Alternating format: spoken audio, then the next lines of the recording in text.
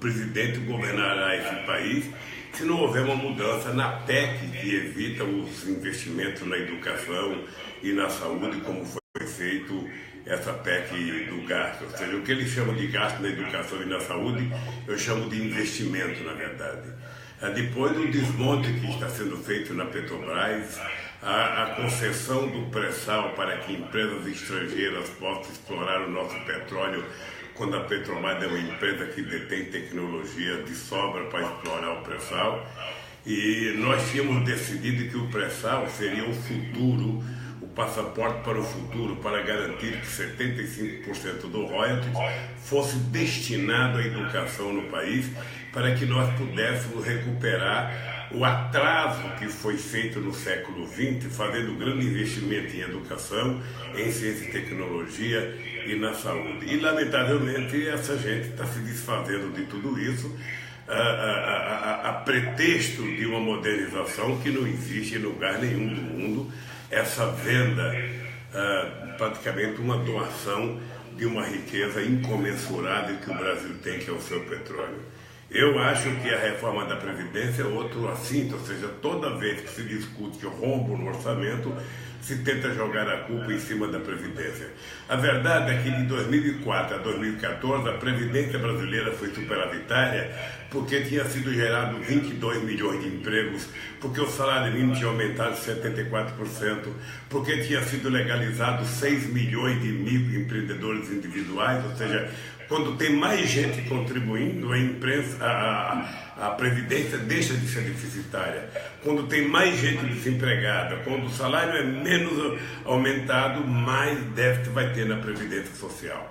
Eu lamento profundamente que você chama o Temer de governo, eu nem chamo de governo, porque o Temer está aí como um preposto de uma parte da elite brasileira, sobretudo do mercado financeiro, para fazer o que ele está fazendo. Ou seja, é um presidente praticamente ilhado, ele não vai a lugar nenhum, ele vive apenas dentro do palácio, anunciando o desmonte, anunciando os benefícios que ele vai dar para a empresa multinacional com as privatizações, ou vai dar para a bancada ruralista que sustenta ele aí.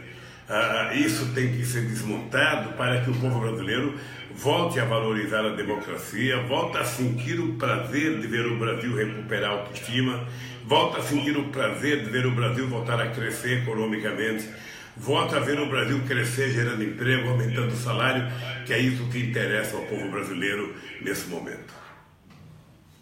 Presidente, em relação a essa articulação que o senhor cita, não é semelhante ou igual à articulação que era realizada em governos anteriores, o do senhor, desse presidente Dilma, o governo FHC? Essa articulação não é a mesma prática que pode ser questionada, né? Mas não é a mesma coisa, a articulação do Executivo com o Congresso?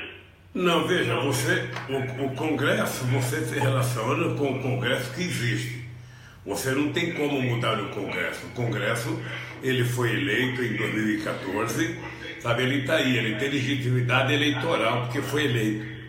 Entretanto, o governo não é obrigado a fazer as concessões que o governo está fazendo ao Congresso Nacional. O que é muito grave é que sai muito caro para a nação brasileira essa subordinação que o governo tem ao Congresso Nacional. Eu sempre ouvi dizer, desde o tempo do saudoso Ulisses Guimarães, que o Congresso adora presidentes fracos.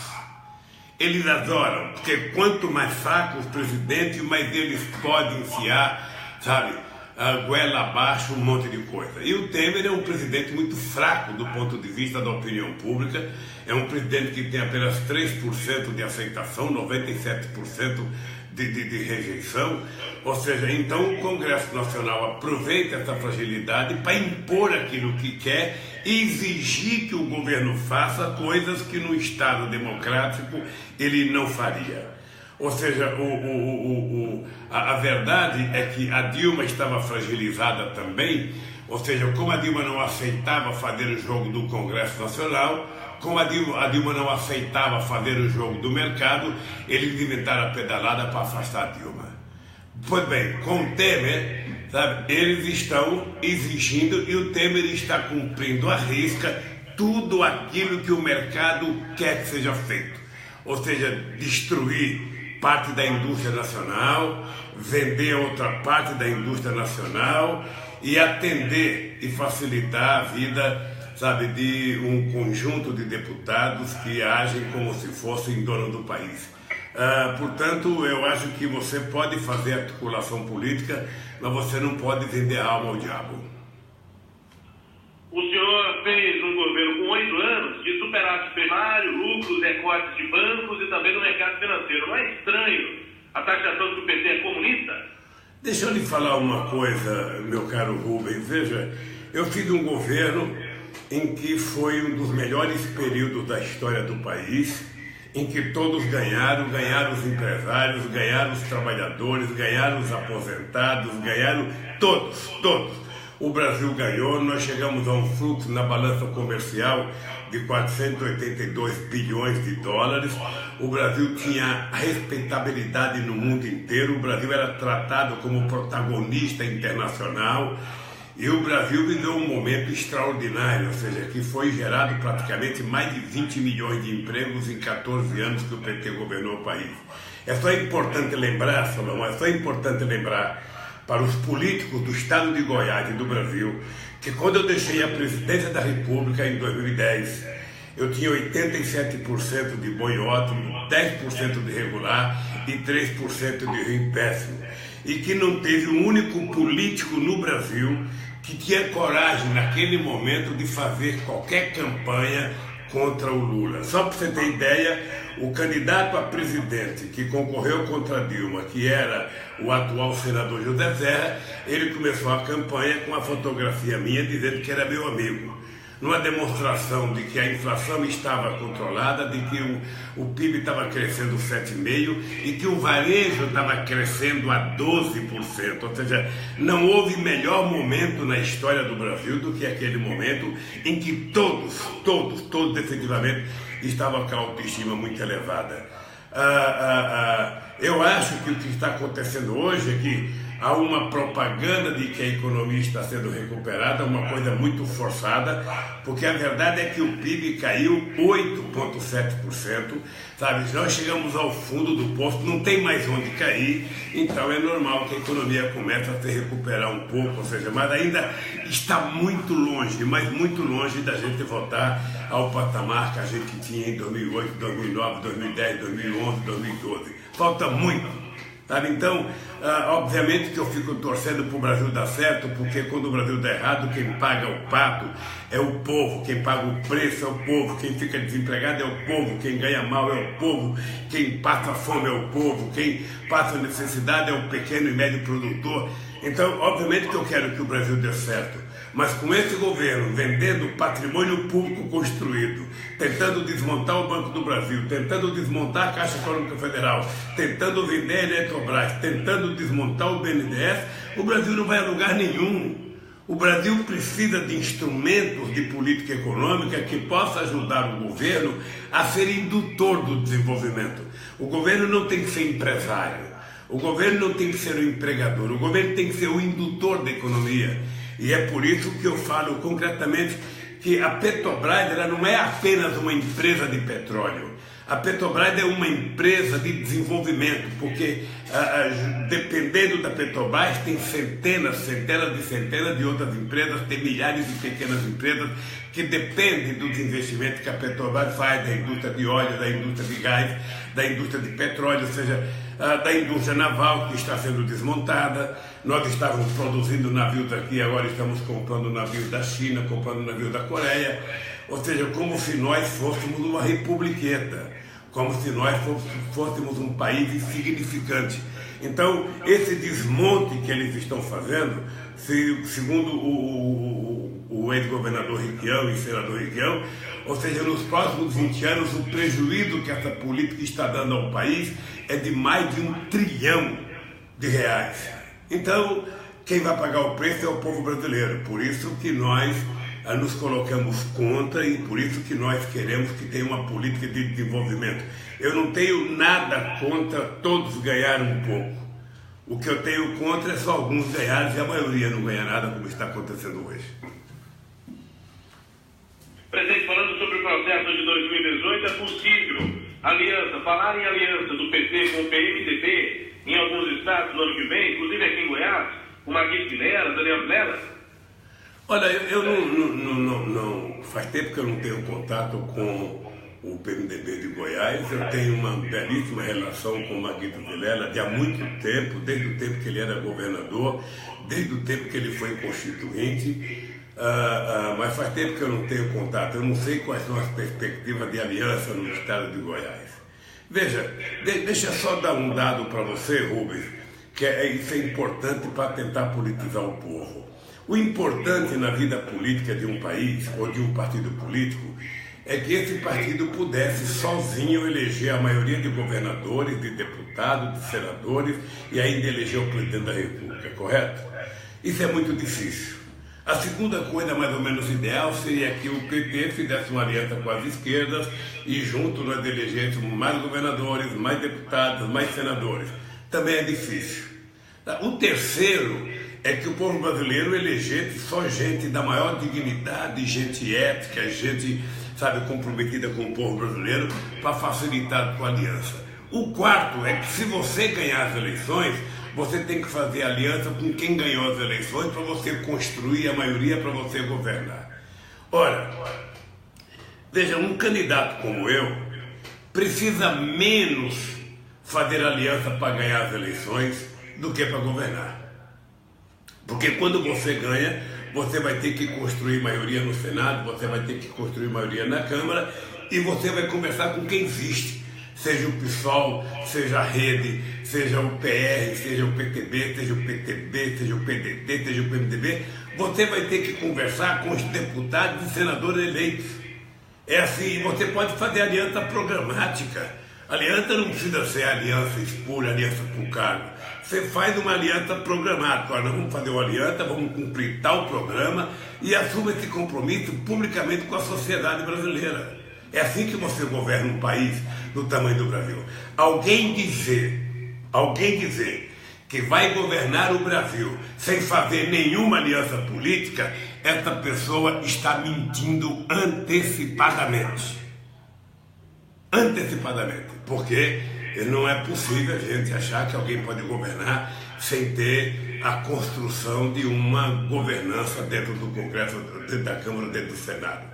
O que você pode é fazer uma aliança programática, fazer por escrito quais são os compromissos dos partidos políticos e você, a partir desses compromissos, o povo saber cada coisa que vai ser aprovada e cada coisa que vai ser feita. Isso você pode fazer e é isso que nós iremos propor, sabe, inclusive para aprovar o referendo revogatório, que é a autorização para você mudar algumas coisas que foram feitas no governo Temer.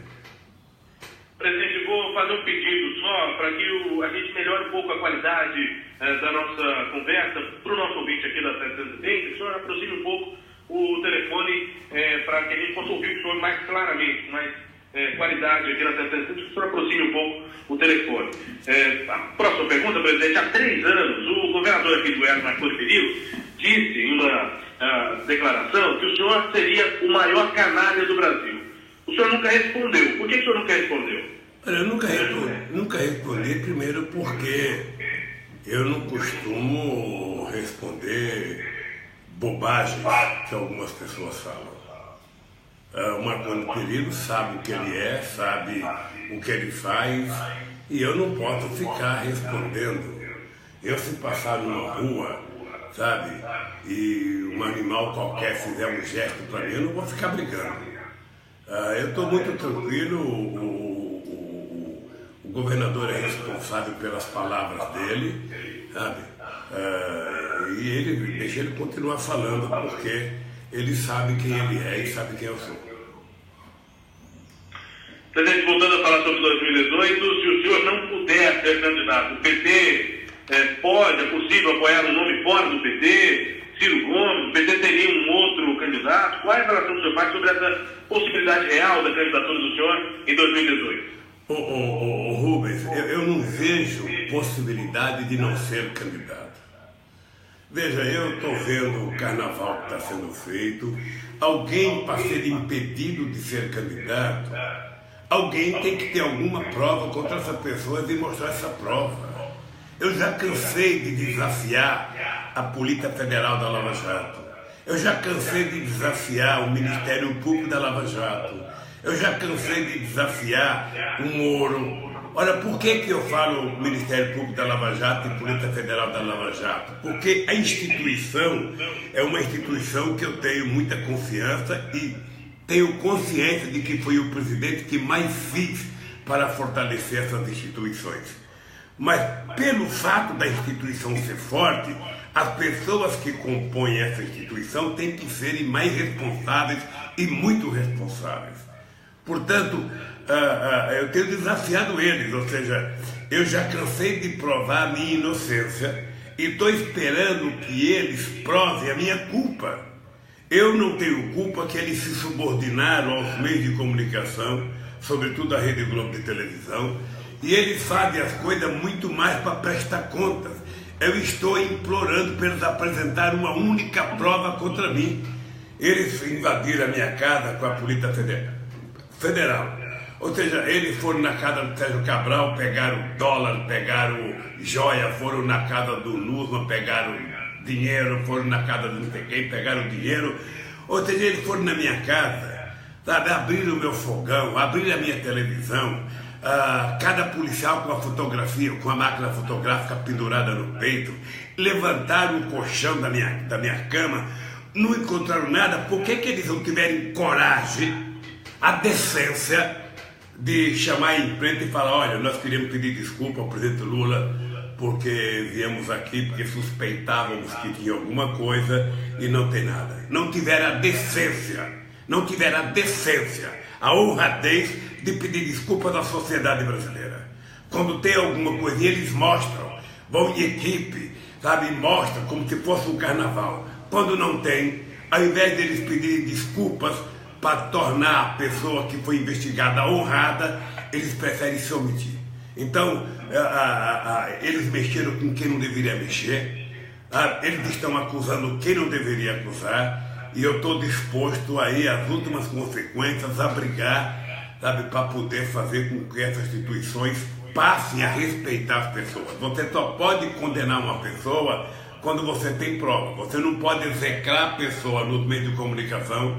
Quando você execra uma pessoa, quando você condena uma pessoa, sabe, pelos meios de comunicação, mesmo que ele seja inocente, ele já está condenado.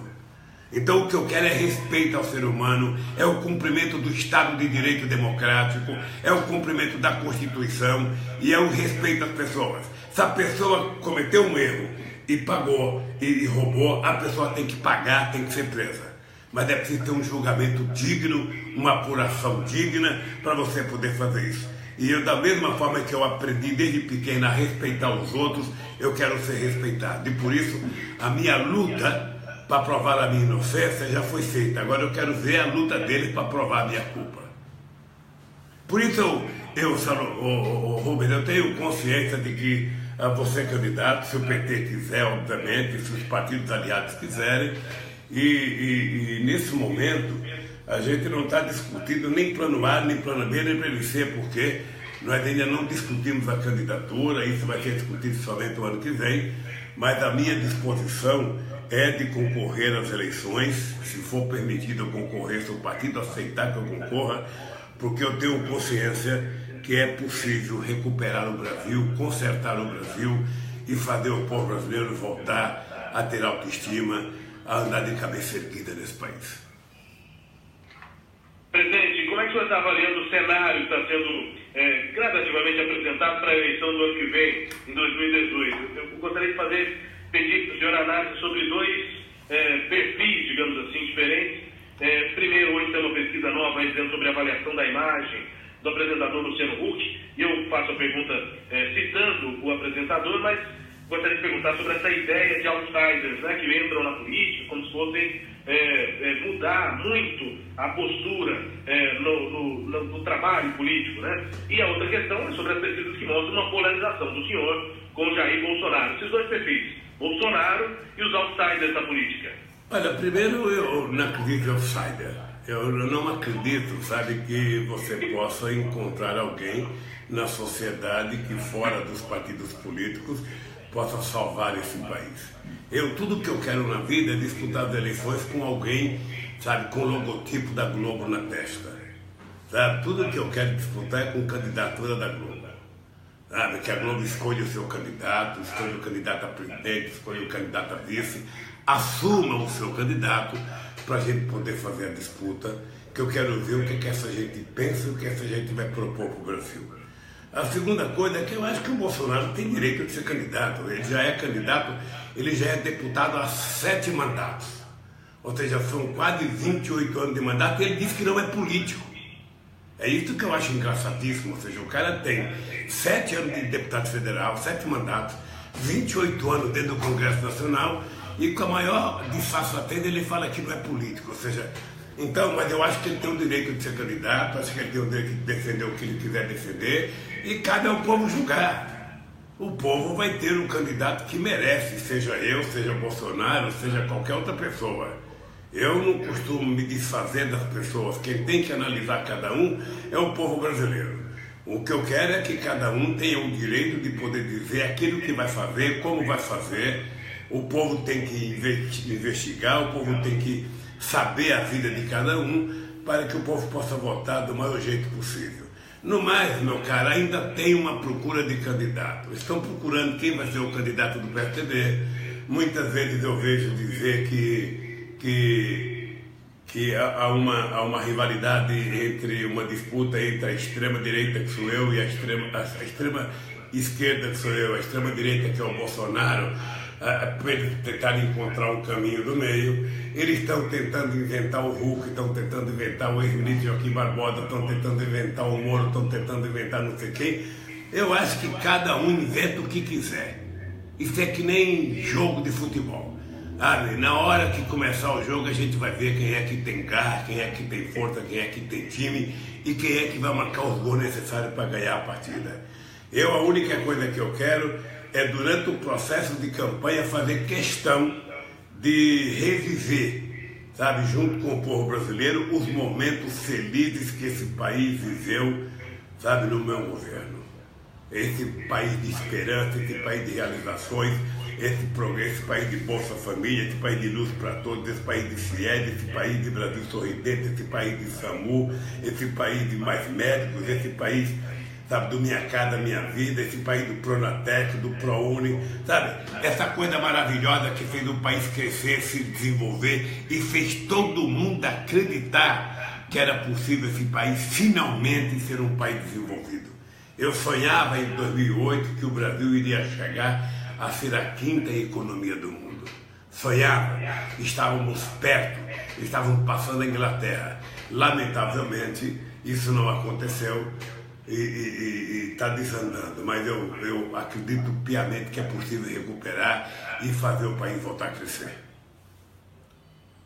Presidente, para encerrar, e aí eu libero o senhor para a academia e para os eventos que imagino sejam numa agenda intensa, a última pergunta é Operação Lava Jato. De forma geral, a gente conversa aqui constantemente com membros do Ministério Público, da Polícia Federal, e a gente pergunta sempre sobre o impacto, qual é a importância dessa operação para o trabalho deles, né, de investigação da polícia, etc. Eles dizem que é um marco, que é uma revolução, esse Instituto da Delação Premiada e a deferência que a Operação Lava Jato dá para o trabalho de investigação. E também a análise de que a Operação Lava Jato é tão, um marco também na prática política, depois das questões que foram investigadas, apuradas e confirmadas na Justiça. Como é que o senhor, pessoalmente, vê na história da política no país? O senhor estava com uma influência muito grande na política antes da Lava Jato, continua depois dela. Qual é, na visão do senhor, a importância, o peso, o que representou a Operação Lava Jato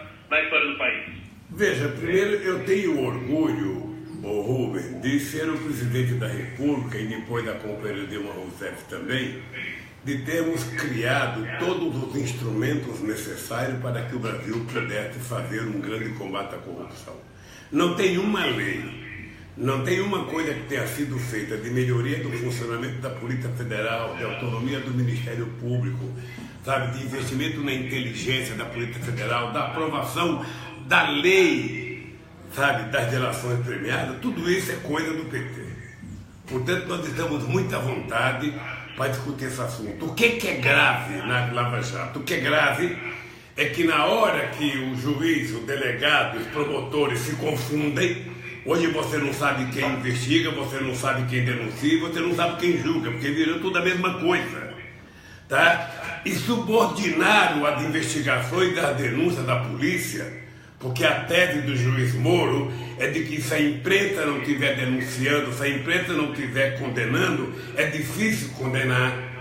Quando eu acho que, na verdade, você tem que investigar com base nos autos do processo. Você não pode prender um cidadão, e a delação premiada não deveria prever isso, e ficar pressionando as pessoas. Você sabe quantas pessoas estão presas e são obrigadas a irem prestar depoimento e eles dizerem, fala o nome do Lula, e o Lula, diz que o Lula sabia, fala alguma coisa do Lula. Todo dia eu recebo informações de advogados, todo dia eu recebo informações de gente que foi prestar depoimento, de gente que queria fazer delação premiada, e eles dizem, e o Lula? Se não disser o nome do Lula, não vale a delação premiada. Eu desafio quem está preso, quem está solto, desafio alguém, algum empresário, algum governador, algum deputado, alguém dizer o seguinte, um dia o Lula conversou comigo sobre 50 centavos, um dia eu dei 10 centavos para o Lula. Eu tenho desafiado essas pessoas. Então eu acho que a operação de apurar a corrupção nesse país é uma necessidade, e ela é eterna. Ela é eterna, a não ser que um dia a gente consiga acabar com a corrupção no planeta. O que ela não pode é ter um viés político. E eles começaram mentindo. Qual é o grave? É que o procurador Dallagnol inventou uma mentira. Ele deve ter ido passear na Disney, deve ter naquele carrossel, sabe, construído um PowerPoint, sabe? E ele inventou uma história. Inventou uma história que o PT foi criado para ser uma organização criminosa, que o PT queria ganhar as eleições para roubar o Brasil, depois o PT ganhou as eleições, o PT montou uma coisa para roubar, e aí ele tenta jogar todas as coisas para tentar provar a tese dele. A tese dele é mentirosa. O PowerPoint é mentiroso, é uma peça de ficção que não se sustenta, sabe, juridicamente, que não tem nenhuma coisa concreta, a não ser a fantasia da cabeça dele. Eu vou te dar um exemplo. Eu fui condenado a 9 anos pelo triplex. Na sentença, o Moro reconhece que o triplex não é meu, reconhece que não tem dinheiro da Petrobras, mesmo assim ele me condenou. E você está lembrado que quando eu fui na audiência, eu disse para o Moro, você não tem como não me condenar porque você está preso à imprensa. Está preso ao pacto que foi feito com a Globo. Vamos ver se agora eles vão investigar a Globo. Vamos ver se agora eles vão ter a mesma severidade que tiveram comigo, se eles vão ter com a Globo para apurar essa denúncia sobre a corrupção do esporte. De forma, meu caro, de forma que é o seguinte, ninguém, desde que foi proclamada a República desse país, fez mais para combater a corrupção do que o PT. Ninguém. O Ministério Público sabe disso, a Polícia Federal sabe disso, o Moro sabe disso, e acho, Rubens, que você deve saber disso. Ninguém fez mais do que o PT para apurar a corrupção. E nós queremos que apure. Agora é preciso que a gente puna apenas aqueles que são culpados. Eu quero que a severidade puna os culpados e inocente aqueles que são inocentes. O que eu não quero é que se puna inocentes e se absolva culpados. Portanto, meu caro, eu estou com a minha consciência tranquila, sei o que precisa ser feito nesse Brasil, sei o que conversar com esse povo e com muita tranquilidade. Eu quero reivindicar ao PT o direito de ser candidato a presidente da República em 2018, porque tenho consciência que quem já conseguiu salvar o Brasil uma vez, pode salvar o Brasil pela segunda vez. Presidente, agradeço demais a disponibilidade do senhor de conversar conosco aqui, como ouvinte goiano, na Rádio 730, ouvinte do Centro-Oeste, na maior rádio do Centro-Oeste do Brasil. Um prazer ter o senhor aqui conosco na 730, falando sobre todos os temas que a gente abordou na entrevista. E fica o convite, vindo a Goiás, venha também ao estúdio aqui da Rádio 730 para a gente conversar com mais tempo para abordar também outros assuntos. Um abraço, senhor, obrigado pela entrevista. Um abraço, Rubens, e assim que a Kátia me convidar, eu vou a Goiânia para a gente poder fazer uma entrevista. Um grande abraço, um bom dia para vocês e nós vamos ter muita oportunidade para conversar. Um abraço a todos vocês.